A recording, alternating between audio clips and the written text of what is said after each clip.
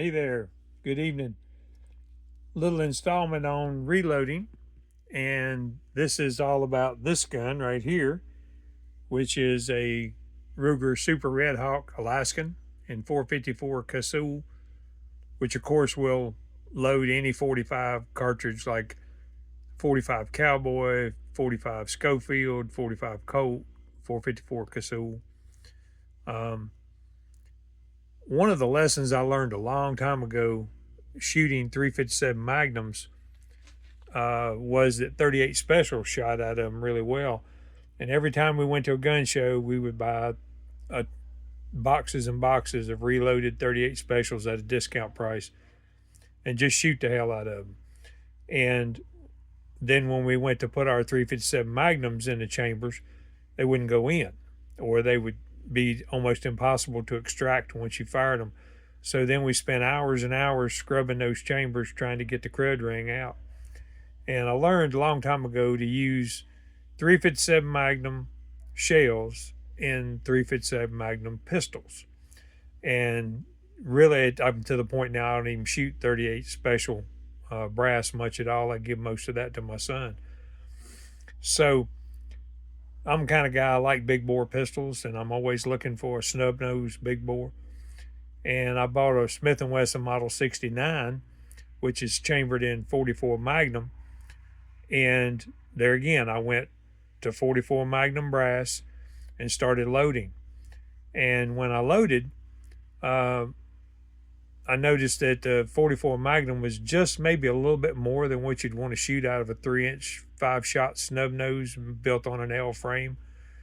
So I started loading down, and I started getting ballistics that Skeeter Skelton would probably be familiar with, which is a kind of a hot 44 Special. And despite what Clint Eastwood's fumbled lines in Magnum Force, I think that's pretty much what the writers wanted him to be shooting was a 44 Special that was loaded up, but not quite to 44 Magnum standards. So I've been having real good luck. And one of the secrets to that is this right here.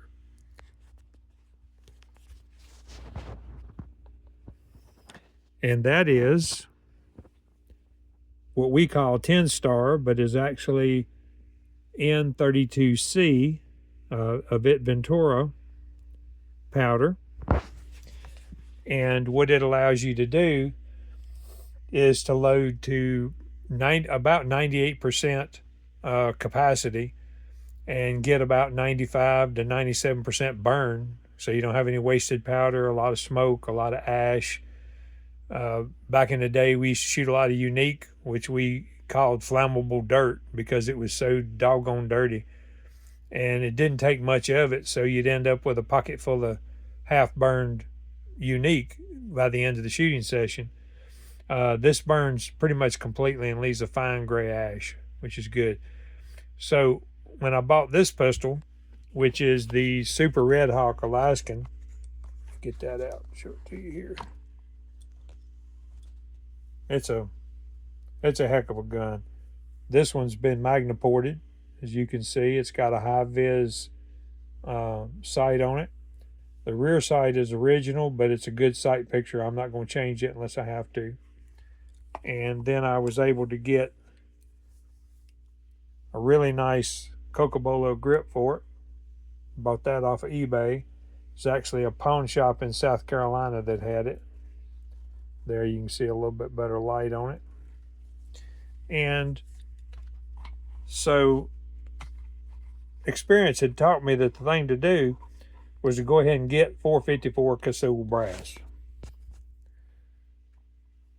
And that's Starline 454 Casull brass. It uses a small Magnum rifle primer. And the reason is 454 Casull, you load up to about 60,000 PSI. And a regular small pistol primer is just not strong enough to hold the backlash that comes against that primer and would blow it out probably or pierce it. So what I did is I bought some Starline 454 Casull brass. Okay. And I had as usual, a bunch of lead, round nose flat point lead from Desperado Bullet Company.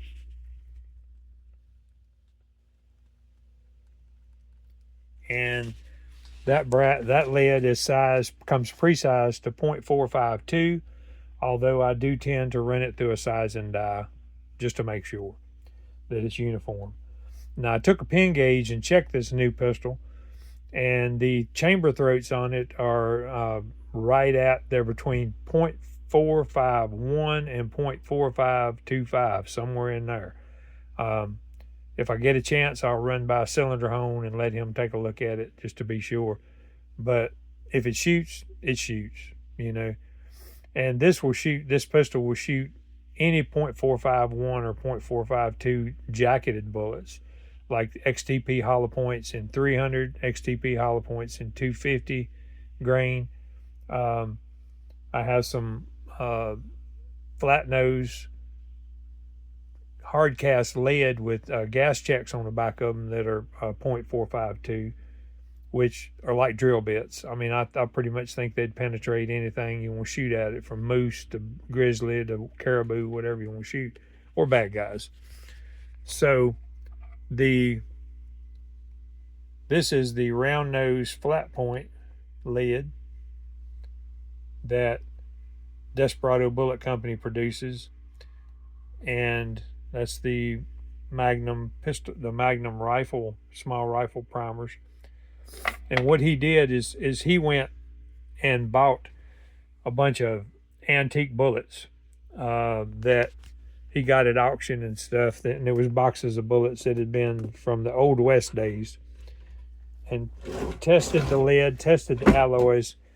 And his reasoning is that back in the day, the desperados, the bad guys and good guys that were gunfighters, made their living shooting lead. And so they had the mixture right. And so what he came up with was a lead mixture that is hard enough to hold together and penetrate people, horses, cows, whatever, is being shot, but is soft enough to where it'll obturate or make a mushroom or a bend over to the side type mushroom if it hits a bone. And pretty good bullets. I've shot a ton of them, and they're super accurate, and I have every confidence in them that they'll work. So I've got some loaded up here that are ready to go, and they'll be going to the range with me here one of these first days, and we'll shoot them up, see what's going on. And like I say, these are 454 Casu bullets, and they're loaded with N32C or 10 star. I've got a stockpile of it. It's good because they quit making it, quit producing it. And it's right in there with Trail Boss and Unique and powders like that as far as its speed, universal. And what it does is this particular bullet, this bullet that I just loaded, has 14 grains of N32C. And it's listed on the XX Reloading website. It's listed as being a 98% cartridge fill, which is good. I mean, that's perfect. As a matter of fact, I'm almost sure the bullet is actually compressing just a little bit, not much. You don't want to squash it too much with this powder. And it's saying that it's a 95% burn. So that means there's very little powder left over. I mean, most of it's going to go on out the end of the barrel. But I think that's pretty good. And with that, I'm going to be getting, with a 3-inch barrel, according to their figures, I'm going to be getting about 1,030 feet per second with a 250 grain bullet. And that's enough to fuck up anybody's day, if it hits them. And that's whether it's an animal, whether it's a person, whatever. That's pretty much the same formula as the old classic 45 Colt loading, where you had a 255 grain bullet traveling at about 850 to 900 feet per second using some FFG black powder, and that won the West. I mean, it was an Army load. That's what people used in the Army. That's people who, cowboys that might have to put down a steer that was tangled in a fence or something like that, or stuck in the mud. A horse with a broken leg had to be killed. Um, and bad guys, numerous bad guys. Been a lot of gunfights ended by that load. So I have every confidence in it. Well, that's a new project we're working on. Appreciate it.